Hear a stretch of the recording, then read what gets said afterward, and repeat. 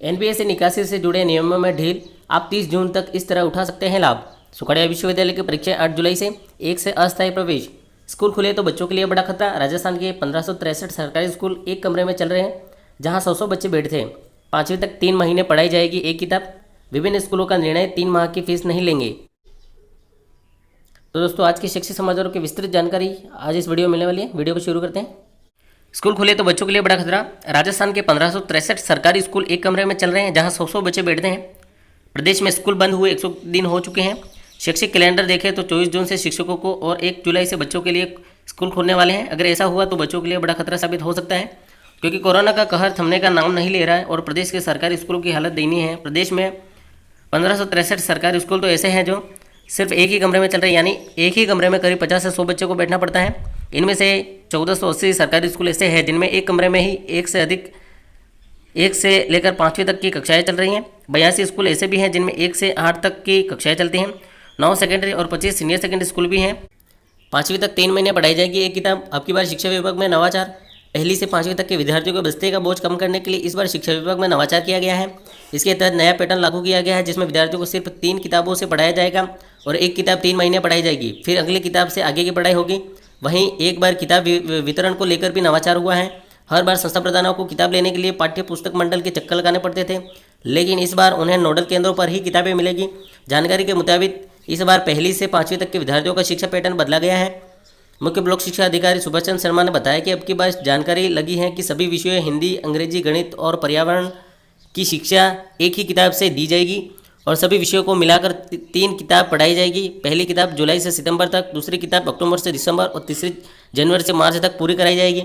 ऐसे में छात्रों को 3 महीने तक एक ही पुस्तक लेकर स्कूल जाना होगा। ऐसे में छात्रों के बैग का वजन नहीं के बराबर बचेगा। हालांकि 1 से 5वीं तक किताबों का पैटर्न बदला गया है, जबकि कोर्स वही रहेगा। उक्त नई व्यवस्था के संबंध में अभी विस्तृत गाइडलाइन जारी नहीं हुई है। एनपीएस से निकासी से जुड़े नियमों में ढील, आप 30 जून तक इस तरह उठा सकते हैं लाभ। कोरोना वायरस महामारी को देखते हुए सरकार ने वित्त वर्ष 19-20 के टैक्स क्लेम के लिए विभिन्न योजनाओं में निवेश की समय सीमा को बढ़ाकर 30 जून तक कर दिया गया है। सरकार के इस प्रावधान के बाद कर कटौती में कमी के लिए आयकरदाता national pension scheme, NPS, PPF और एनएससी में 30 जून तक निवेश कर सकते हैं। इस बीच कोरोना वायरस की वजह से पेंशन फंड रेगुलेटर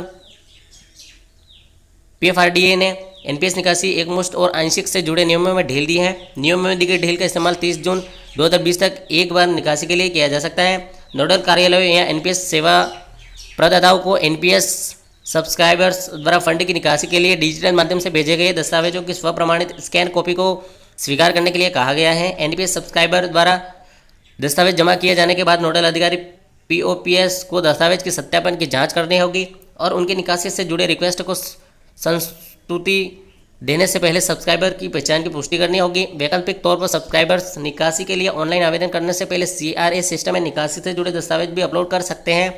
इससे पहले अप्रैल में पीएफआरडीए ने एनपीएस सब्सक्राइबर को कोविड-19 के इलाज के लिए अपने एनपीएस अकाउंट से फंड की निकासी की अनुमति दे दी। विभिन्न स्कूलों का निर्णय, 3 माह की फीस नहीं लेंगे। कोरोना वायरस के चलते विद्यालय लगभग 3 माह से बंद है। बच्चों की शिक्षण का काफ़ी नुकसान भी हुआ। परीक्षाएं समय पर नहीं हो पाई। कई निजी शिक्षण संस्थानों ने तो ऑनलाइन शिक्षण की कवायदें लगा रखी है, लेकिन पेरेंट्स की माने तो ऐसा सामने आया है कि ऑनलाइन और ऑफलाइन शिक्षण में बहुत फर्क होता है। ऑनलाइन शिक्षण को बच्चों ने नहीं स्वीकारा, वहीं पेरेंट्स भी चाहते हैं कि विद्यालय में कराया गया शिक्षण ही कारगर सिद्ध होता है। लॉकडाउन के चलते घर परिवारों की आर्थिक स्थिति गड़बड़ गई है, जिससे पेरेंट्स को एक टर्म की फीस देने में काफ़ी परेशानियों का सामना करना पड़ रहा था। निजी विद्यालयों से बार बार मोबाइल पर मैसेज भेजे जा रहे थे कि फीस जमा कराओ। वहीं कई शिक्षक संगठनों ने भी फीस माफ़ी की आवाज़ को बुलंद किया था।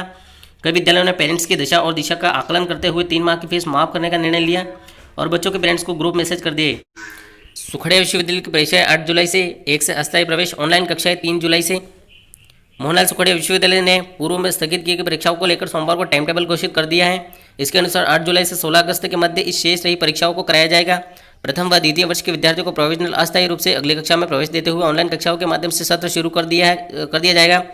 कुलपति प्रोफेसर एनएस राठौड़ ने बताया कि प्रोविजनल प्रवेश की प्रक्रिया 1 व 2 जुलाई को पूरी कर ली जाएगी तथा 3 जुलाई से ऑनलाइन कक्षाएं शुरू कर दी जाएगी। उधर 8 जुलाई से 16 अगस्त तक अंतिम वर्ष के साथ प्रोविजनल प्रवेश लेने वाले विद्यार्थियों की परीक्षाओं का आयोजन कर परीक्षा परिणाम कर दिए जाएंगे। परीक्षा में सफलता